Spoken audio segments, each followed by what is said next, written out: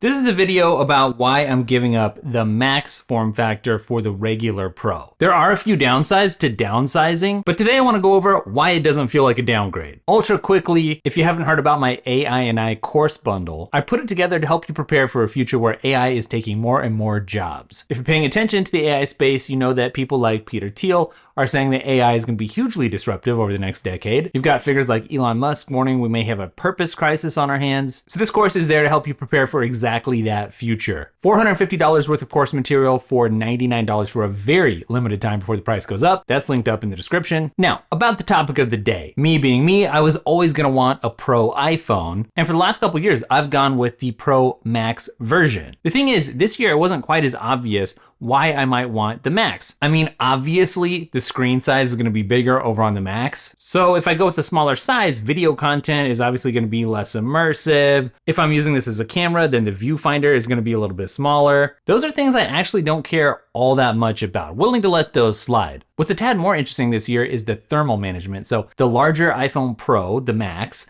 actually can dissipate heat better just because of the bigger design than the smaller Pro. That's just physics. Now that doesn't affect me all that much because I'm not super into gaming. If you are, might be in consideration. There are other times when I have game mode turn on automatically when I'm using something like a local LLM on here, some AI. As soon as I open this up, you're gonna see game mode pop on, and that's because this is gonna heat up like crazy the second I start interacting with it. But as you go through the comparison page, you'll realize there's really only one other major thing to talk about other than the screen size. You know, the chips are the same, the camera controls are the same, even the camera systems are the same for a change. If you didn't realize, the last iterations of the Pro versus Pro Max debate really centered on the cameras. There were some differences. The larger Pro Maxes had not just better sensors for the cameras, they're physically bigger, but also better zoom. With that telephoto, you had a 5x, which you didn't get on the smaller Pro. This year we have camera parity, so the camera is just as good on the smaller Pro. So you still get that 5 times optical zoom there. Awesome. Okay, well, what is the big thing that's gonna make a huge difference here? Well, it's the battery life. So you can see on the smaller Pro, we're gonna get up to 27 hours of video playback versus up to 33 hours of video playback. Now you can slice and dice that a million different ways. Time that you could browse the internet versus gaming time. It doesn't have to be video, but the point is there's actually a physically larger battery in the Pro Max.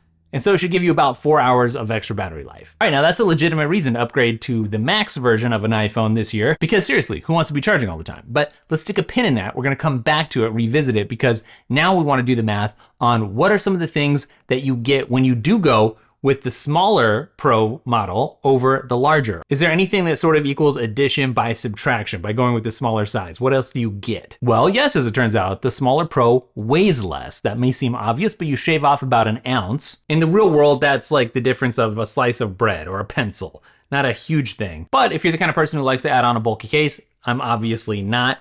Or if you want to add on an extra battery pack because you'd rather have a trade-off, like you'd like a slimmer package most of the time, but if you need to go a little bit longer, maybe on a trip or something, you can bring a MagSafe battery pack and supplement the battery that way. Well, the accessories can start to add up a little bit. So shaving off a little bit of weight might make a bit of a difference in some pockets in certain situations. Now, I'm gonna say this knowing full well that other people out there have experienced the same thing, but sometimes the Pro Max has been so heavy and I've had a MagSafe battery on or something that I've stuck it in a pocket. And if you're wearing like athletic shorts or a certain kind of shorts that don't have a belt option or something, you know, depending on the situation, it can kind of come close to like pulling your shorts off. But here's something else that I'm at least gonna mention because the differences are so minute. You can get a 50% charge 5 minutes faster, so it can charge a little bit faster on the smaller Pro. I know I'm reaching a little bit. Speaking of reaching, you're gonna get slightly better reachability on the smaller Pro model. Some people are really gonna appreciate that. And then there's the fact that the smaller Pro just straight up costs less. The regular Pro starts at $999 versus $11.99 starting price for the Pro Max. I wanna let you know today's video is brought to you by Brain.fm. You've heard me talk a little bit about it before. It's focus music and I love to listen to it while I'm writing, when I'm thinking. Basically, anytime that I wanna concentrate. It works in just 5 minutes. It sounds really good. I'm not gonna harp on it here because I know you've heard me talk about it. So check out brain.fm/dailytech, daily TEKK for a nice discounted trial period. You can just check it out for a whole month. My recommendation, if you get in there, is to check out either the deep work, motivation, or creativity playlist. There's so many to choose from. If you don't wanna take my word for it, then you can understand that it's science backed. So it actually does make a difference. check it out. All right, so let me tell you what it ultimately came down to for me this year as I was choosing the Pro over the Pro Max. For many years now, I've had this kind of grass is greener mentality where if I had the smaller Pro, I wanted the bigger Pro. If I had the bigger Pro, I wanted the smaller Pro, right? Because of all the trade-offs that we've sort of been talking about or things like them up until this point. Now, this year, it was different. I knew for a fact that I would rather have the smaller regular Pro. Why? I've been on this kick lately where I want the maximum punch for the minimum footprint. And this is not just in my actual tech, like the physical things that I'm using. I talked about this a little bit in my Apple Watch review that went up the other day, wanting a smaller footprint than the Ultra, right? That's why I switched from the Ultra and kind of downgraded, so to speak, to the regular Series 10 on my wrist. But also just kind of philosophically, when I consume information, I'm looking for sources that are giving me more signal, less noise. When I'm presenting information, I'm trying to give you the most bang for your buck in terms of time, information density. I want to get things to you in the most compact form that I can without over explaining, without being repetitive. So it's very natural for me to want a smaller phone this year. I mean, it fits in with everything that I'm trying to accomplish in the digital space. What's funny though is that in the past, it's really the camera that was holding me back, okay? This year, the camera is delighting me. In the past though, I basically was forced to go with the Pro Max just from a creating standpoint because as somebody who records with iPhones all the time, my job sort of depends on it. I'm using 2 right now just for this setup here. Then I needed the best sensor. I needed the best capabilities, especially if I was gonna go outside and use it in the field, so to speak. But that's not the case anymore. And it's like being unchained. I know for a lot of people, they're like, well, they want the biggest screen they can get in their pocket. And they're really into like foldables and stuff.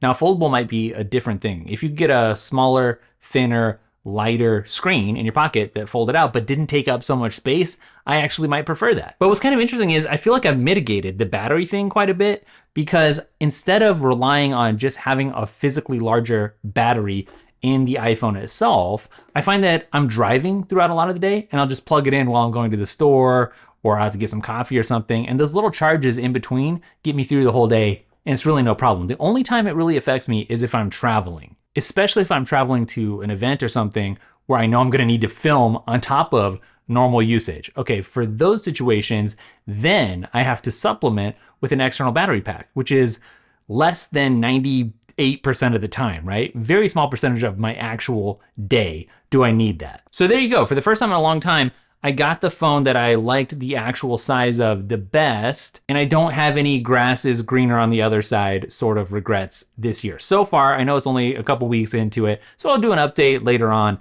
Now, what I was hinting at is that some people want the biggest, best possible screen that they can get in their pocket, have with them all the time. Well, I sort of go with the iPad for that. Like if I'm gonna be somewhere and I know I'm gonna want a bigger screen for whatever reason, whatever the reason is, whether it's for work, watching content or whatever, I know I'm gonna have my iPad with me, right? So if I'm mobile, the iPhone is inherently mobile, then I'm gonna want a more compact, setup, something that gives me maximum capabilities with a few caveats, but minimum footprint. That's what I got here. That's what I'm really excited about. Let me know what you're thinking. What's the math behind why you did or didn't go with the Pro this year? And I think this is the first year that if I wasn't into camera stuff, like actual filming, you guys know I've just made a course called Pro iPhone Video Essentials, which you get for free for that $99 bundle that I talked about earlier. If I wasn't into camera stuff, this is the first year where the actual regular iPhone really kind of appealed to me. I'm not trying to start up a whole second video here by getting down this rabbit hole, so I'm not going to, but it was a pretty appealing regular iPhone for the first time in a long time. So drop me your comments. I want to know your iPhone purchase math, why you ended up with whatever you ended up with. Thanks for hanging out today. There's some wallpapers you can check out down below too, and I'll catch you in the next video. Later.